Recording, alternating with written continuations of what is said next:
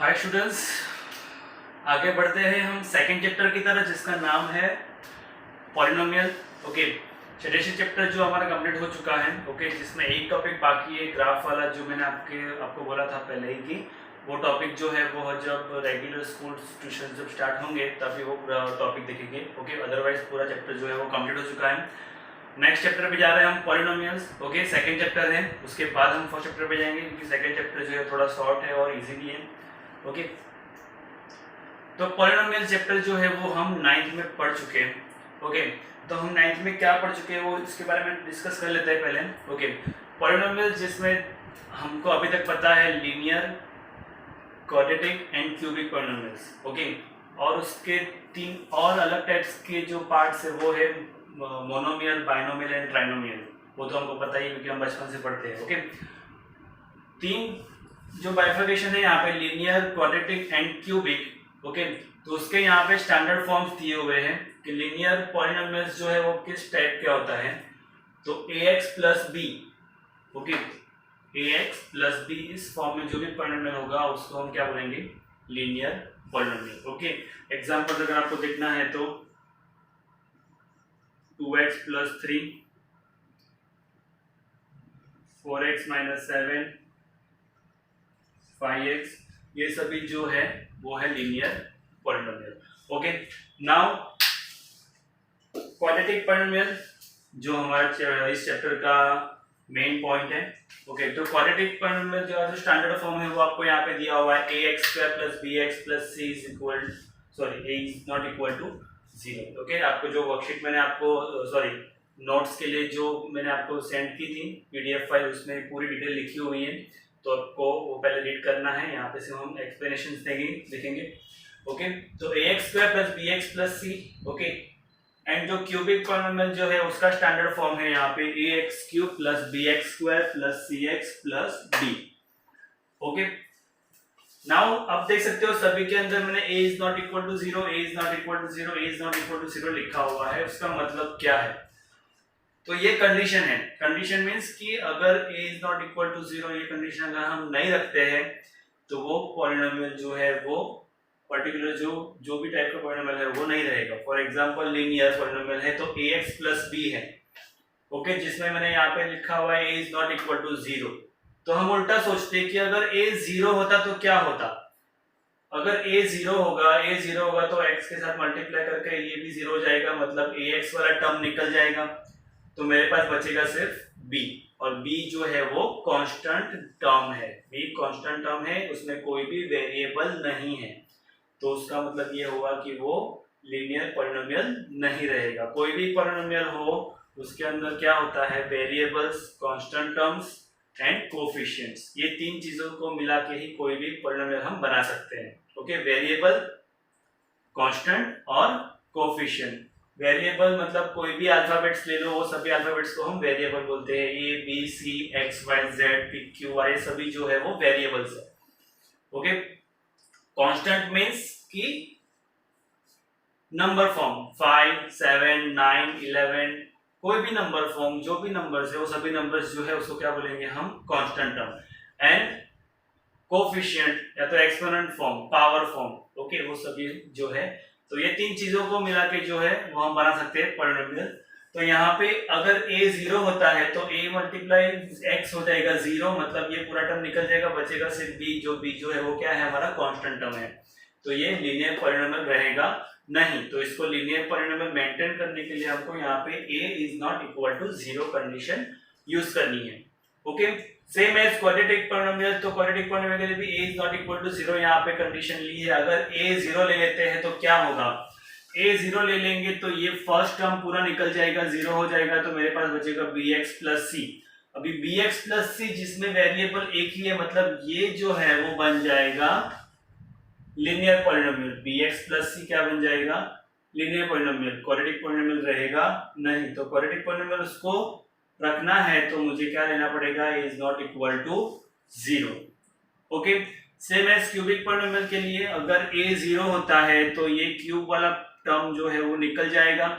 Cube वाला term निकल गया तो मुझे मिलेगा bx² + cx + d, और bx² + cx + d जो है वो क्या होगा, क्यूबिक पॉलिनोमियल नहीं बनेगा। क्यों? क्योंकि ए इज नॉट इक्वल टू 0 है। अगर हम ए को 0 लेंगे तो ये निकल जाएगा, ये निकल गया तो ये जो बन जाएगा वो होगा क्वाड्रेटिक पॉलिनोमियल। इसीलिए ए को हमको 0 नहीं करना है, तो ए 0 नहीं करने के लिए कंडीशन देखेंगे हम यहाँ पे A is not equal to 0।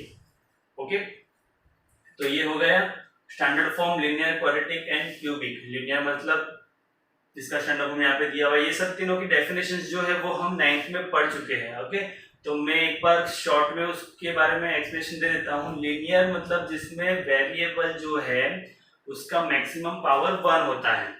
जैसे कि आप देख सकते हो यहाँ पे वेरिएबल क्या है x, जिसका मैक्सिमम पावर 1 है। 1 से ज्यादा पावर वाला कोई भी वेरिएबल नहीं है। ओके, क्वाड्रेटिक तो जिसमें मैक्सिमम पावर 2 होगा। ओके, तो क्वाड्रेटिक में मैक्सिमम पावर 2 है। ओके, उससे आगे कोई पावर नहीं है। क्यूबिक में मैक्सिमम पावर होगा 3। ओके, इसलिए इसको बोलेंगे हम क्यूबिक पॉलिनोमियल, इसको बोलेंगे क्वाड्रेटिक, इसको बोलेंगे लीनियर। ओके, यहाँ पे जीरोस एंड रूट उसका एक कॉलम दिया हुआ है। लीनियर पॉलिनोमियल जो है उसका एक ही जीरो होता है, क्वाड्रेटिक पॉलिनोमियल के 2 जीरोस होते हैं एंड क्यूबिक पॉलिनोमियल के 3 जीरोस होते हैं। जीरोस के बारे में भी हम 9th में पढ़ चुके हैं, 10th में हमको वापस उसको देखना है, उसके ऊपर के सम्स भी देखने हैं। ओके, तो अभी सिर्फ याद रखो लीनियर पॉलिनोमियल में एक ही जीरो होता है, क्वाड्रेटिक में 2 होते हैं, क्यूबिक में 3 होते हैं। जीरोस एंड रूट्स दोनों का मतलब एक ही होता है। ओके, तो क्वाड्रेटिक का एग्जांपल देख लेते हैं हम यहाँ पे। 2x² प्लस 5x प्लस 7, और क्यूबिक का एग्जांपल देख लेते हैं 3x³ plus 2x² plus 3x minus 7। Okay, तो ये हो गए linear, quadratic and cubic polynomials के एग्जांपल्स। ओके, नेक्स्ट टॉपिक पे जाएंगे हम।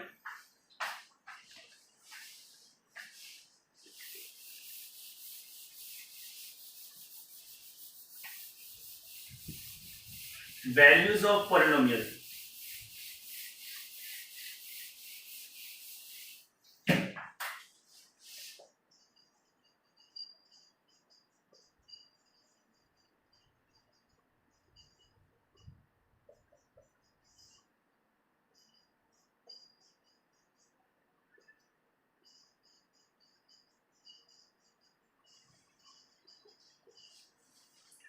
वैल्यूज ऑफ पॉलिनोमियल का मतलब क्या है कि आपको जो भी पॉलिनोमियल दिया है उसकी वैल्यू फाइंड करनी है। ओके, अभी वैल्यू फाइंड करने के लिए फर्स्ट ऑफ ऑल जो पॉलिनोमियल आपको दिया है उसको नाम देना पड़ेगा। तो यहाँ पे कोई भी पॉलिनोमियल हो उसको हम p ऑफ x करके नाम देंगे। ओके, p मतलब होगा पॉलिनोमियल, और अंदर जो x है वो है वेरिएबल। मतलब कि आपके पास जो पॉलिनोमियल है वो x के फॉर्म में है, मतलब आपके पास जो पॉलिनोमियल है जिसमें वेरिएबल जो है वो x होगा। अगर मैं यहाँ पे y लेता हूँ तो यहाँ पे सभी वेरिएबल्स जो है वो y के फॉर्म में होंगे।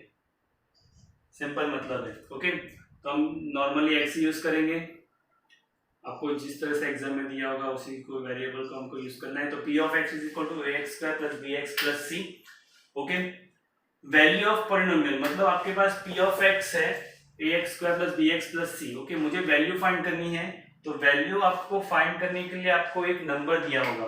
ओके, कि for example find the value of p of x at 2 या एट 3 या एट 4। ओके, फॉर एग्जांपल मुझे फाइंड करनी है p ऑफ 2 की वैल्यू, तो मैं यहाँ पे जहां पे भी x होगा वहां पे 2 पुट करूंगा। ओके, और सॉल्व करूंगा इसको।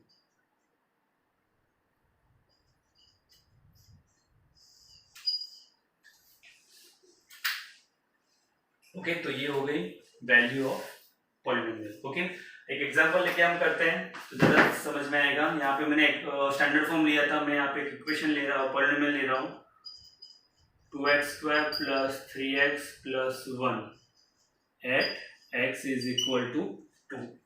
तो मैं यहाँ पे करूंगा p of 2 is equal to 2 into 2 square 3 into 2 plus 1। Okay, मैंने क्या किया, x की जगह पे 2 पुट कर दिया क्योंकि मुझे वैल्यू फाइंड करनी है एट 2। ओके, तो यहाँ पे होगा 2 का स्क्वायर होगा 4, 3 2 होगा 6 और ये 1, 4 2 होगा 8, ये 6 प्लस 1 ओके 8 प्लस 6 होगा 15 और 14 प्लस 1 होगा 15, तो ये मुझे वैल्यू मिली P ऑफ 2 15। ओके, तो आपको वैल्यूज फाइंड करने के लिए कोई भी नंबर दिया होगा, आपको कोई भी नंबर पे वैल्यू फाइंड कर सकते हो कोई भी पॉलिनोमियल्स के लिए। ओके, तो ये हुआ वैल्यू ऑफ पॉलिनोमियल। आपको एग्जाम में fill in the blanks 1 marks में क्वेश्चन पूछ सकते हैं, तो आपको इस तरह से सॉल्व करना है। ओके, सेकंड टॉपिक देखेंगे हम zeros of polynomial.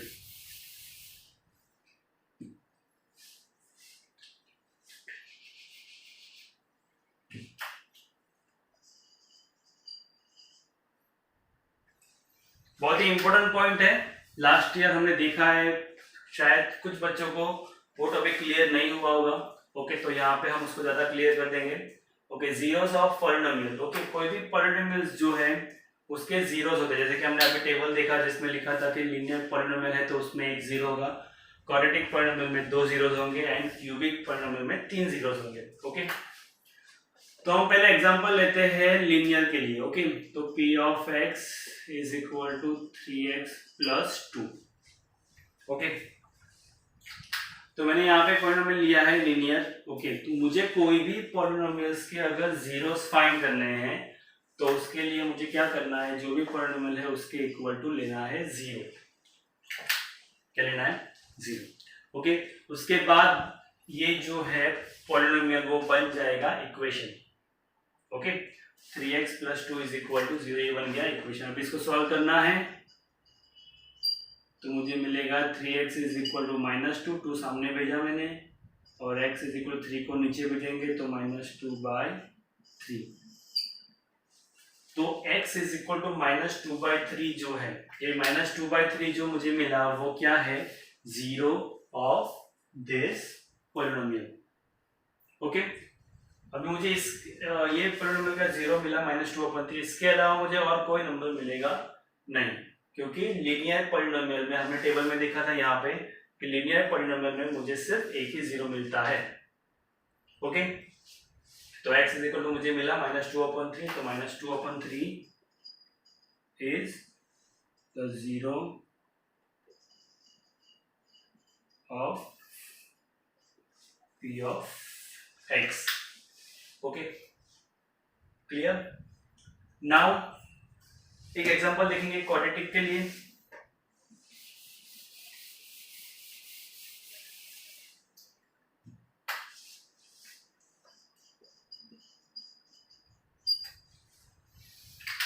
x² - 5x + 6। Okay, इसको सॉल्व करना है तो पहले इक्वल टू 0 लेंगे। ओके, नाउ मुझे इसको फैक्टराइज करना है by splitting method. Okay, 9th में हम पढ़ चुके हैं, 8th में भी पढ़ चुके हैं। ओके, मैंने 8th स्टैंडर्ड से बताता आ रहा हूँ कि ये स्प्लिटिंग मेथड जो है वो बहुत ही इंपॉर्टेंट है। आप कोई भी मेथड से करो बट उसको परफेक्ट करो, क्योंकि ये आगे बहुत ही यूजफुल होने वाली है। आप कॉमर्स लो या साइंस लो या कोई भी फैकल्टी में जाओ, जहाँ पे इक्वेशन या पॉलिनोमियल बनेगा वहां पे आपको स्प्लिटिंग मेथड से फैक्टराइज करना पड़ेगा। ओके, तो x² - 5x + 6। ओके, मुझे क्या करना है, 6 के फैक्टर्स निकालने हैं जिसका एडिशन आना चाहिए 5।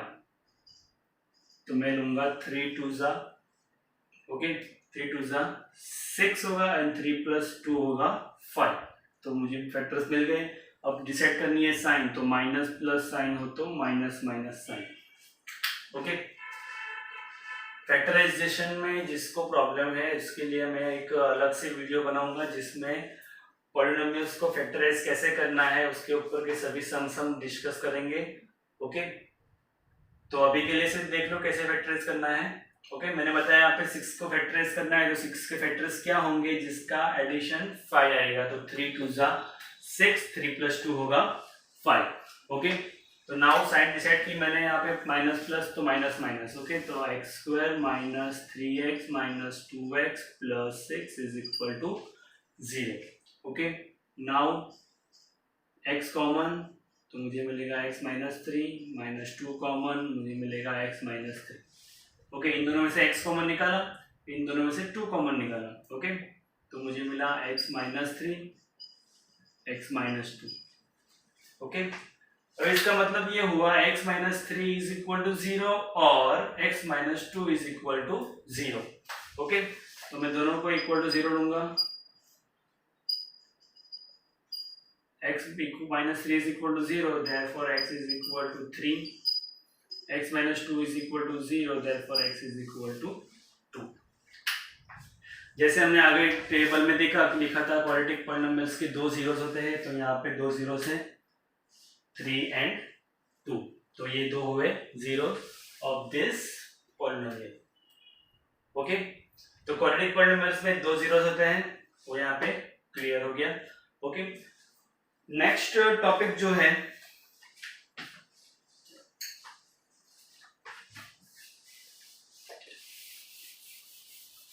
वो है graphical representation of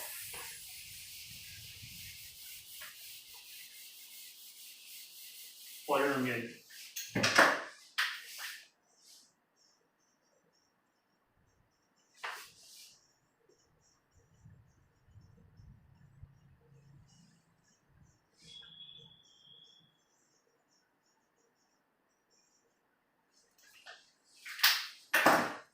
graphical representation of polynomials. Okay, उसके लिए फर्स्ट हम देखेंगे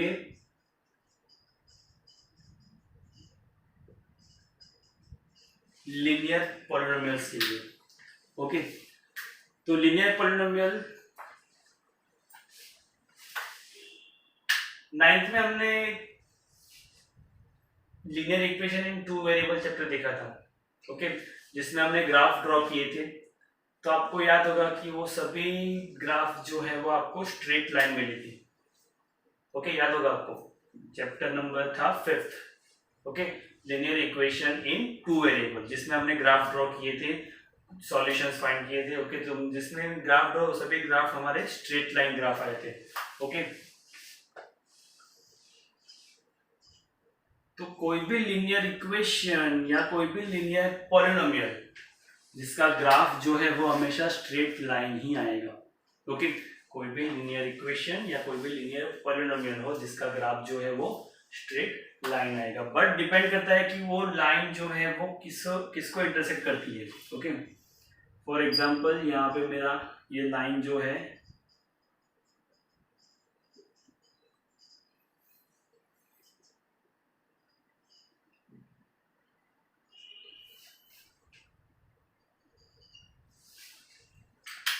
मैंने यहाँ पे ग्राफ ड्रॉ किया है, एक्स एक्सिस वाई एक्सिस, और दोनों जहाँ पे इंटरसेक्ट करेंगे जिसको बोलेंगे हम ओरिजिन, ये सब आपको बताइए।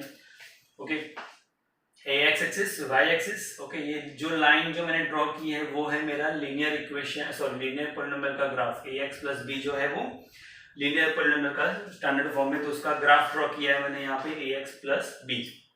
ओके, तो ये ग्राफ जो है वो एक्स एक्सिस को जहां पे इंटरसेक्ट करेगा, लीनियर पॉलिनोमियल का ग्राफ एक्स एक्सिस को जहां पे भी इंटरसेक्ट करेगा, वो पॉइंट जो है वो क्या होगा हमारा सॉल्यूशन, या तो जीरो या तो fruit of that polynomial. Okay, वापस क्लियर कर देता हूं। ये मैंने सपोज मैंने कोई इक्वेशन का ग्राफ पॉलिनोमियल का ग्राफ ड्रॉ किया है, तो ग्राफ जो है वो एक्स एक्सिस पे फॉर एग्जांपल ये पॉइंट पे इंटरसेक्ट कर रहा है। ओके, तो ये ग्राफ जो पॉइंट पे इंटरसेक्ट कर रहा है वो पॉइंट जो है वो क्या होगा, zero of that polynomial. Okay, तो लीनियर इक्वेशन का ग्राफ जो है वो एक्स एक्सिस पे एक ही पॉइंट पे इंटरसेक्ट करेगा। क्लियर दिख रहा है, दो पॉइंट पे इंटरसेक्ट नहीं कर रहा है। ओके, तो इसका मतलब ये भी निकलता है कि लीनियर पॉलिनोमियल में जो सॉल्यूशन या जो रूट्स जो है वो कितने होते हैं, एक। हमने कभी एग्जांपल देखा 3x प्लस 2 वाला। ओके, जिसमें हमने उसको जीरो फाइंड किए, तो मुझे जीरो क्या मिला था, -2/3।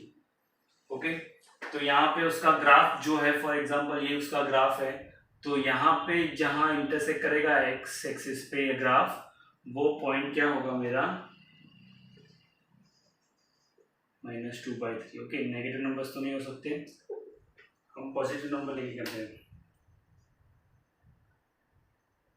ओके, मैंने यहाँ पे थोड़ा चेंज किया है, 3x minus 2 is equal to 0, तो मुझे 0 मिलेगा, x इज इक्वल टू 2/3। तो मेरा ग्राफ जो है वो 2/3 पॉइंट पे इंटरसेक्ट करेगा। ओके, तो इसी तरह से क्वाड्रेटिक पॉलिनोमियल्स के लिए और क्यूबिक पॉलिनोमियल्स के लिए भी ग्राफ जो है वो कैसे रिप्रेजेंट करता है वो हमको डिटेल में बताया है।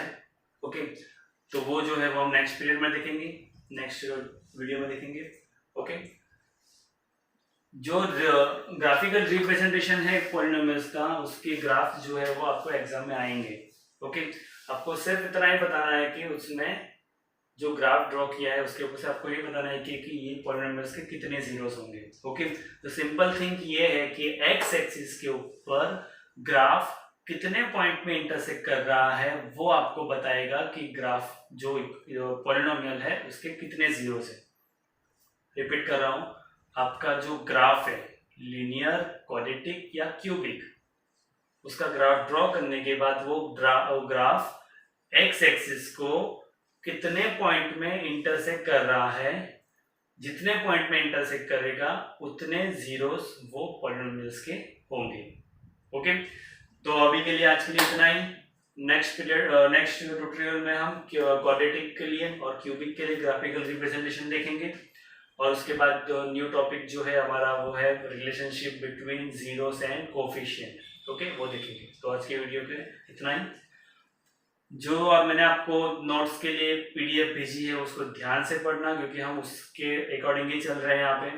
तो वो अगर आप ध्यान से एक बार देख लोगे सिर्फ तो भी कोई बात नहीं, क्योंकि हम यहाँ पे एक्सप्लेनेशन तो दे ही रहे हैं, तो आपके साथ वो आपको हेल्पफुल रहेगा। ओके, तो आज के वीडियो में इतना।